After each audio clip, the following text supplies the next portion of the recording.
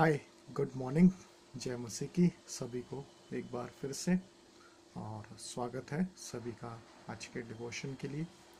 और आज का जो हमारा गुरुवार का प्रार्थना का दिन है, तो हमारा डिवोशन भी है वो उसी के विषय में है। तो आइए हम वचन की ओर चलते हैं। और ये वचन है पुराने नियम की किताब यशाया नबी की किताब, उसका 62 अध्याय और उसकी पंक्ति नंबर 6 और 7 से हम पढ़ेंगे। ओके। और पंक्ति इस तरीके से कहती है कि परमेश्वर वहाँ पे लिख रहे हैं कि कि मैं तेरे शपनाहों पे जो है पहरुए बिठाऊंगा, और वो जो है दिन रात जो है अपना चैन जो है वो लाइक लगातार परमेश्वर से प्रार्थना करते रहेंगे। ओके। और वो शांत नहीं रहेंगे। और जब तक अगली पंक्ति में लिखा है, 7वीं पंक्ति में, कि जब तक वो यरूशलेम को उसकी वो जो वादा है उसको पूरा ना कर दे और उसे पूरा ना करवा दे, तब तक ये जो पहरुए हैं ये प्रभु को चैन नहीं लेने देंगे।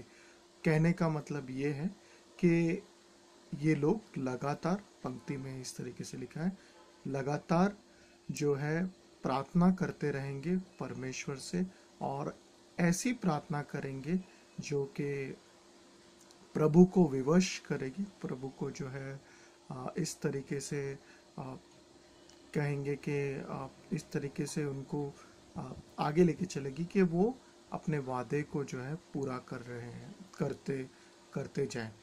और यहाँ पे जो बात है वो यरूशलेम के बारे में है। हम सब जानते हैं, लाइक या ये बताने वाली बात है कि यरूशलेम जो शहर है इज़राइल का, ओके, जो मुख्य शहर है, और परमेश्वर जिसे लाइक राजाओं का और मुख्य स्थान कहते हैं अपना, तो वहाँ से परमेश्वर जो है ये कह रहे हैं कि वो लोग पीछे हट चुके थे और प्रभु ने जो है उनको दोबारा वापस लेके आने का वादा किया। ओके। अपनी दया के अनुसार, अपने अनुग्रह के अनुसार। और यहाँ पे वो ये बोल रहे हैं कि मैंने उनसे वादा किया है, बट मैं ऐसे लोगों को भी तैयार करूँगा जो कि परमेश्वर के पीछे चलने वाले नबी होंगे और परमेश्वर से प्रार्थना करते रहेंगे हमेशा कि प्रभु आप जो है इस वादे को पूरा कीजिए। और ये बहुत ही अद्भुत बात है, परमेश्वर ने वादा किया है और फिर भी वो जो है व्यक्ति या लोगों को तैयार कर रहे हैं जो उस बात के लिए प्रार्थना करें।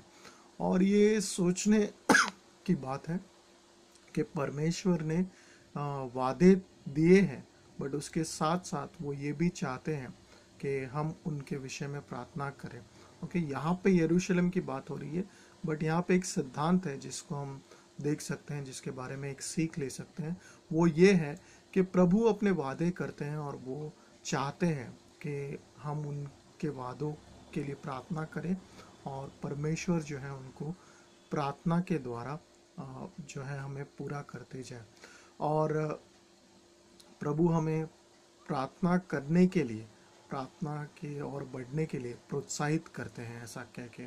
और यही सोच हमें रखनी है जब हम अपनी प्रार्थनाओं में आ रहे हैं कि प्रभु ने अगर कोई वादा किया है हमसे, वो कुछ कह रहे हैं हमसे, तो हमें उसके जो है उसके लिए लगातार प्रार्थना करनी चाहिए। ओके। लूका के 18 में हम जानते हैं प्रभु कहते हैं कि शुरुआत में कि धीरज धरते रहो और प्रार्थना करते रहो। हमें प्रार्थना की सबसे जो कह सकते हैं कि प्रार्थना के विषय में तो बहुत सी ऐसी बातें हैं जो उसमें रुकावट लेके आती है, बट एक जो सबसे विशेष चीज़ है जिसके ऊपर हम ध्यान दे सकते हैं आज के लिए, वो ये है कि प्रार्थना करने के लिए हम मायूस इसलिए हो जाते हैं क्योंकि हमें उत्तर नहीं मिलते। और उत्तर न मिलना ये नहीं है कि परमेश्वर हमारे प्रार्थनाओं से कान ढके हुए हैं, हमारे कान बंद है या उनके कान बंद है हमारी प्रार्थनाओं के लिए।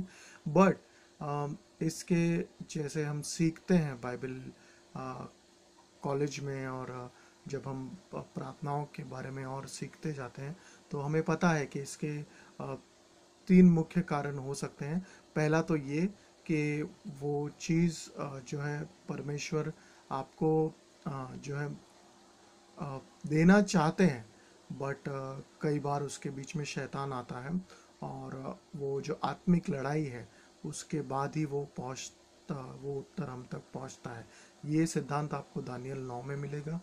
उसके बाद जो है हम ये कह सकते हैं कि कई बार परमेश्वर हमें उन प्रार्थनाओं का उत्तर इसलिए नहीं देते कि वो हमें अनुग्रह दिखाना चाहते हैं। ओके। और अनुग्रह दिखाने के लिए वो हमें पहला कुरिन्थियों का जो 12:10 है, जहाँ पे पौलुस कहता है कि तेरा अनुग्रह मेरे लिए काफ़ी है, तूने मुझे काटा दिया है, उसके बारे में हम जानते हैं। वो सिद्धांत है एक दूसरा कि उनका अनुग्रह हमारे लिए काफ़ी है, इसलिए वो चीज़ हमें नहीं देते। और तीसरी चीज़ ये है कि क्योंकि शायद वो हमारे लिए ज़रूरी है ही नहीं।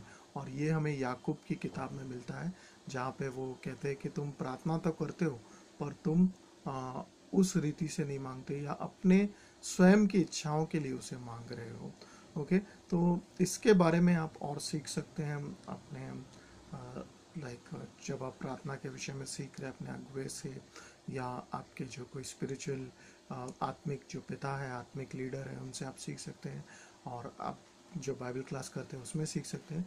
बट यहाँ पे आज जो हम बात कर रहे हैं वो ये कहने की कोशिश है कि प्रार्थना जो है हमारे लिए आवश्यक है, और हमें जो है उसमें मायूस नहीं होना है अगर उत्तर नहीं मिल रहे तो।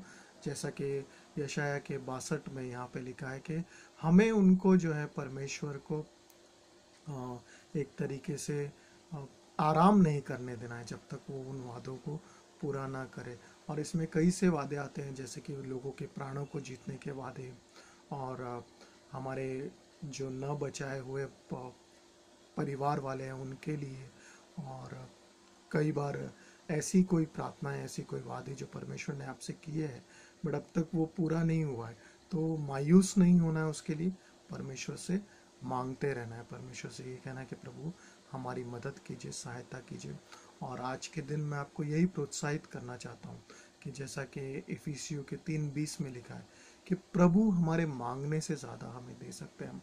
ओके। और वो हमें देंगे अपने उस सामर्थ के द्वारा जो हमारे अंदर कार्य करता है। तो प्रार्थना एक बहुत ही मजबूत हमारे लिए कह सकते हैं कि एक हथियार है आत्मिक लड़ाई का। और हम चाहते हैं कि हम उसको बहुत अच्छी तरीके से इस्तेमाल करते रहें, करना सीखें, और परमेश्वर से हमेशा लगातार मांगते रहें। ओके। और प्रभु की प्रार्थनाओं में बने रहिए। आज का जो प्रार्थना का दिन है, वो उपवास का दिन है, उसे आप जारी रखिएगा जैसे आप में से कुछ करते हैं। बट सबसे महत्वपूर्ण चीज़ ये है कि नज़रें जो है परमेश्वर की ओर लगा के रखिएगा। ओके। आशा ये नहीं है कि हम प्रार्थना कर रहे हैं, बट आशा ये है कि हम किससे प्रार्थना कर रहे हैं। परमेश्वर प्रभु यीशु मसीह हमारी सोच से भी ज़्यादा हमें देने के सामर्थ्य है और योग्य है। इफिसियों के 3:20 में याद रखिएगा। प्रभु धन्यवाद हो आपका कि आपने हम सबको प्रार्थना की जो विशेष सामर्थ्य है वो दी है। धन्यवाद। प्रभु यीशु मसीह के नाम से मांगते हैं, आमेन।